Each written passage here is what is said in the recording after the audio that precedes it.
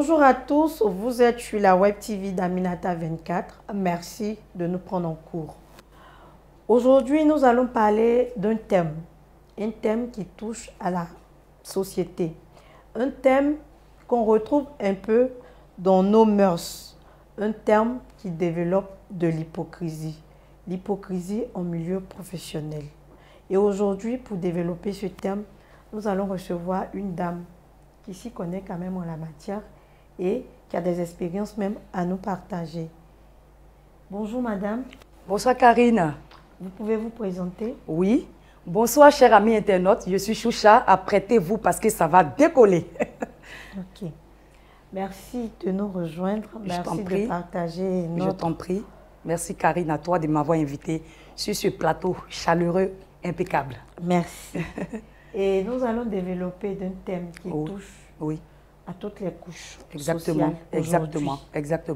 L'hypocrisie en milieu professionnel. Oui. Pour vous, qu'est-ce que l'hypocrisie? Je dirais selon moi, l'hypocrisie en milieu du travail, c'est l'attitude, c'est la pratique néfaste de certains collègues au détriment de d'autres collègues. D'accord.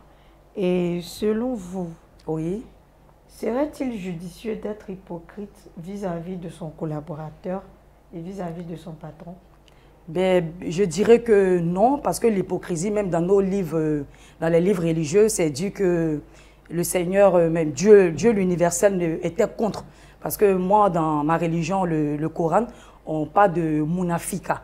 C'est-à-dire être hypocrite, c'est pas bon, c'est un danger que Dieu même ne tolère pas. D'accord. Auriez-vous un partage d'expérience à nous donner sur le plateau? Oui. Une expérience de la vôtre, c'est ça? D'accord, oui. Allez-y. Moi, j'ai une expérience vécue. Karine, figure-toi que, voilà, avec mon ex-mari, j'étais directrice commerciale de son entreprise. Il m'employait. C'était mon patron. Et entre autres, il avait une assistante avec qui je ne m'entendais pas du tout. Et pourquoi? Je ne sais pas. À chaque fois, elles avaient des propos discourtois envers moi, envers ma personne. Elle a carrément zélé les autres employés avec lesquels je travaillais. Chaque fois, ils sont là, oui, elle est jeune, elle est petite comme ça, elle nous commande. C'est ce que j'entendais couramment. Et vous savez, comme on le dit, hein, c'est voilà, le royaume d'hypocrisie. Moi, j'ai eu des retours... voilà, par certains autres employés qui me disaient que madame, voilà, l'assistante de monsieur et aussi certains collègues passent tout le temps. J'ai dit oui, j'ai eu vent, j'ai eu écho parce que voilà, je savais très bien qu'elle me critiquait, qu'elle racontait, faisait plein de choses dans mon dos. Et une fois, figure-toi Karine, j'étais dans mes courses et je suis entrée un après-midi sur elle.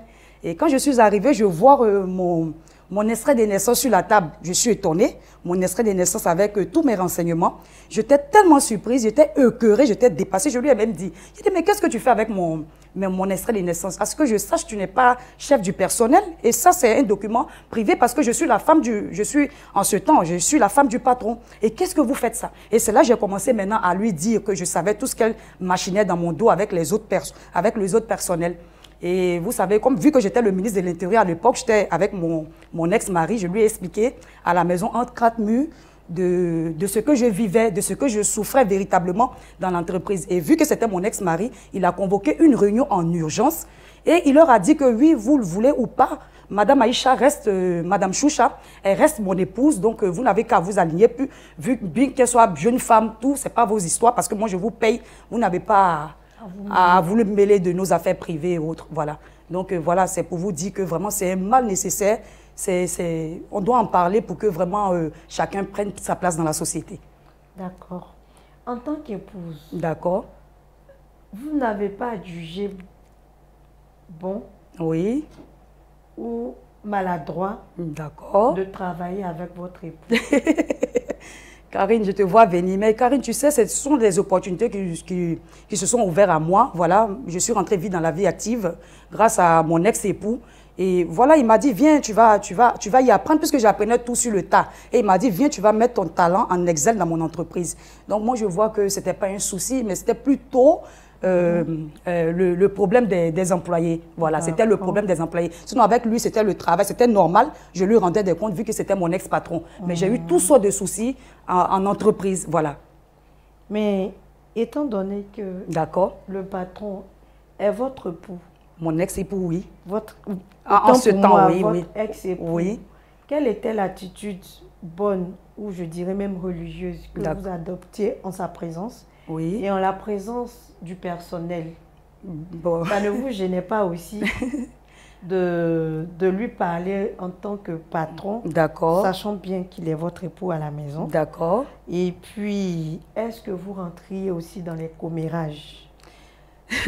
Karine, moi, j'ai su dissocier le travail et voilà, le travail de ce La qui vie se de passe, de couple. de notre vie de couple. Je suis dissociée au travail, c'était le travail, je lui rendais des comptes. Je travaillais même plutôt bien. Voilà pourquoi il m'a donné cette chance de venir travailler auprès de lui.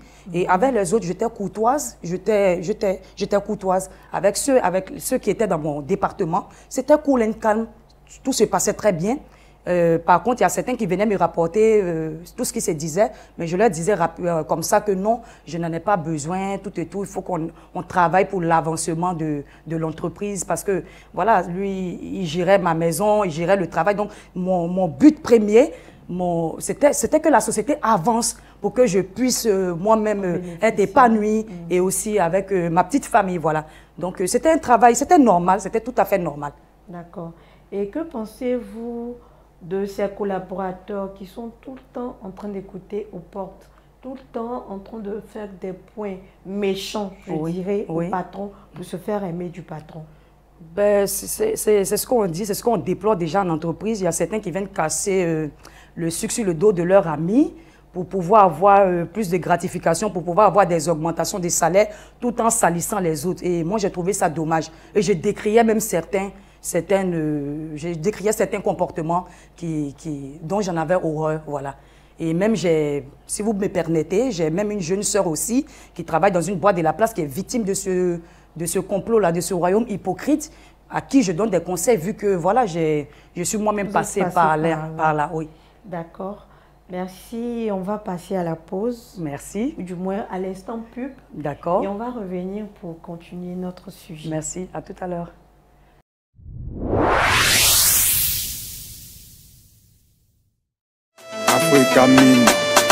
Ces dernières années, l'exploitation minière a pris une envergure inédite en Côte d'Ivoire avec une contribution conséquente au budget de l'État et de l'emploi des jeunes. Aux côtés de quelques multinationales qui occupent le segment de l'exploitation industrielle, les acteurs de l'exploitation semi-industrielle tirent aussi leur épingle du jeu. Parmi ceux-ci, l'entrepreneur Bamba Moussa est une figure de proue avec sa société Africa Mine agréée par l'État de Côte d'Ivoire.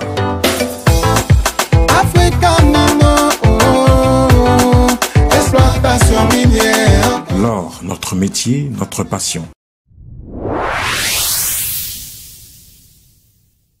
Nous revenons de la pause et déjà, à mi-parcours, on pourrait retenir que être hypocrite dans le milieu du travail pourrit l'atmosphère, détruit même les valeurs humaines que chacun de nous avons avant de venir se rencontrer dans une entreprise quelconque.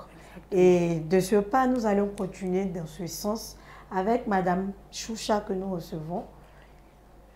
Donc, Madame Choucha, oui. On continue notre sujet. Oui. Donc, je vous demandais, qu'est-ce que vous pensez aussi des personnes qui aiment écouter juste aux potes pour juste gâcher l'atmosphère aussi entre mêmes collègues? Ben, c'est ce que je vous disais tantôt, il y a certains qui sont de nature ce genre de personnes.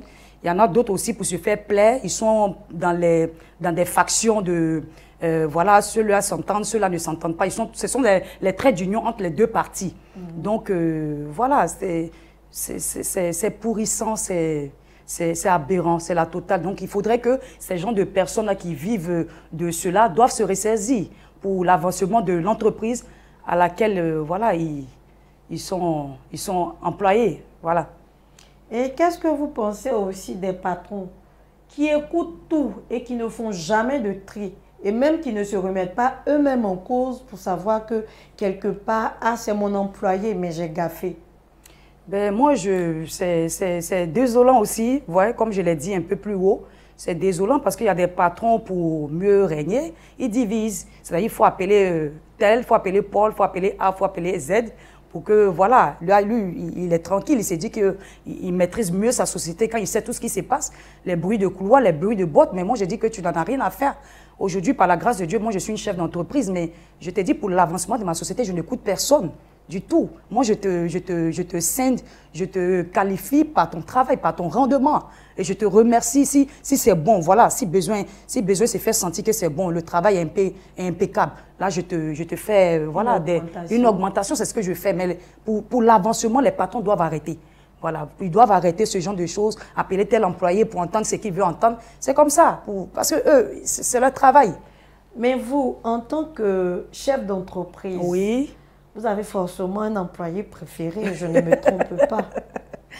Karine, parce que les employés et les employeurs de nos jours aiment bien ça. Oui, oui, exactement, Karine. Oui, c'est vrai, on a tous des préférés. On a tous des préférés. Moi, j'ai eu un préféré, j'ai un préféré. Voilà, du nom de, voilà, H. Je le nomme comme ça, voilà. Il est bien, il est bien. Il est très respectueux, il est dévoué, il est dégourdi.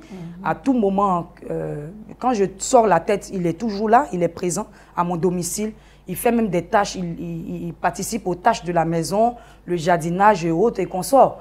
Mais ce dernier aussi a eu des problèmes avec d'autres personnes dans la boîte qui sont venues me dire, voilà, madame, monsieur Ahmed vous fait un médicament pour que vous l'aimiez. Madame, voilà. J'ai dit, mais c'est avec vous, sûrement, il a fait un médicament. Peut-être comme pour vous, n'a pas marché, vous venez me dire. Au fait, c'est normal, c'est dans la logique, ça existe depuis un temps. Hein. On a tous un préféré, mais cela ne veut pas dire aussi, il faut toujours écouter ou bien comme ça, pour l'avancement de la chose. Parce que nous-mêmes ne formons pas des hypocrites. Voilà, comme j'ai eu avec H, comme je, voilà. D'accord. Mais vous, déjà, en tant que patron, employeur, oui. Le simple fait de savoir déjà dans la tête de l'employé qu'il est le préféré du patron, à un moment, il fait du zèle.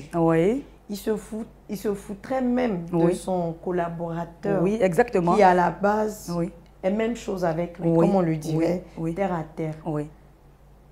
Comment vous expliquez cela? Bon, écoute, c'est dans tous les domaines, hein. Ce n'est pas seulement en entreprise, ça existe partout. Hein. Le préféré ou la préférée a toujours eu fait du zèle, mais c'est toi qui dois les recadrer. Toi, en tant qu'un bon patron, en tant qu'une mère, voilà, un bon manager, merci de me prêter le mot, tu dois savoir recadrer les choses. Quand tu vois que, voilà, il y a déviation, tu rappelles à l'ordre. Moi, j'ai été toujours comme ça, j'ai toujours tapé sur la table quand ça ne se passait pas comme je voulais, voilà. Il faut qu'aujourd'hui, les patronnes commence à comprendre que vraiment, on n'a pas besoin de ça. On n'a pas besoin de dire, rapporter, on n'a pas besoin de prouver au personnel ou bien à son employé qu'on l'aime pour qu'il puisse venir faire des racontes. Mais ça existe aujourd'hui. On a des maris aujourd'hui qui sont amis, qui font le copinage avec les chauffeurs, qui viennent leur rapporter tout ce que madame a fait, comme madame aussi qui est amie avec le chauffeur ou bien les employés de maison pour rapporter ce que... C'est dans tous les domaines, mais il faut qu'on arrête au fait. Il faut qu'on arrête parce qu'après, on sait où ça commence, mais on ne sait pas où ça finit. Parce qu'après, ça devient des trucs passionnels et puis on va aller aussi sur un autre chemin. Sur un autre chemin. Ouais. Donc, il faut que nous arrêtons cela. Il faut que nous arrivions à circoncire les émotions. D'accord. Donc, vraiment, merci, Madame Choucha. Merci beaucoup à toi, Karine. Ça a été un plaisir de partager notre plateau. C'est relatif, c'est relatif. Merci beaucoup. Et sur ce, vous allez nous donner votre mot de fin. D'accord. Pour pouvoir clore. D'accord. Instant d'échange. Ok. Ben, je dirais comme ça, chers amis, vous qui êtes en entreprise, faites beaucoup attention, dissociez le professionnel et puis la vie personnelle. Voilà, ce n'est pas parce que vous vivez longtemps, ce n'est pas parce que vous restez plus même en société, vous passez plus d'heures avec vos amis de travail que forcément vous devez être familier. Non, non, non, non. Vous passez même plus de temps avec les amis de travail que chez vous à la maison, en famille. Parce que voilà, mais il faudrait beaucoup dissocier certaines choses et puis arrêter pour certains de casser le sucre sur le dos de votre camarade pour avoir des augmentations. Voilà, l'hypocrisie n'est pas bon. L'hypocrisie, même Dieu même, notre Père, Dieu l'universel, il a horreur de l'hypocrisie. Donc vraiment, arrêtons pour la bonne marche de nos entreprises, pour la bonne marche de nos maisons. Ouais, je dirais comme ça, voilà, sachons, garder raison. Merci, Madame Choucha. Merci, Karine, c'est moi qui te remercie. Nous allons clore l'émission. Je dirais que l'hypocrisie en milieu professionnel tue la flamme de l'employeur, tue la flamme de l'employé et tu voir pourrir l'atmosphère de l'entreprise. Tout à fait. Alors, tâchons garder raison oui. et sachons nous comporter en société avec notre semblable. Tout à fait. Merci de nous avoir suivis sur la Web TV Aminata 24 oui. et à bientôt pour une autre émission.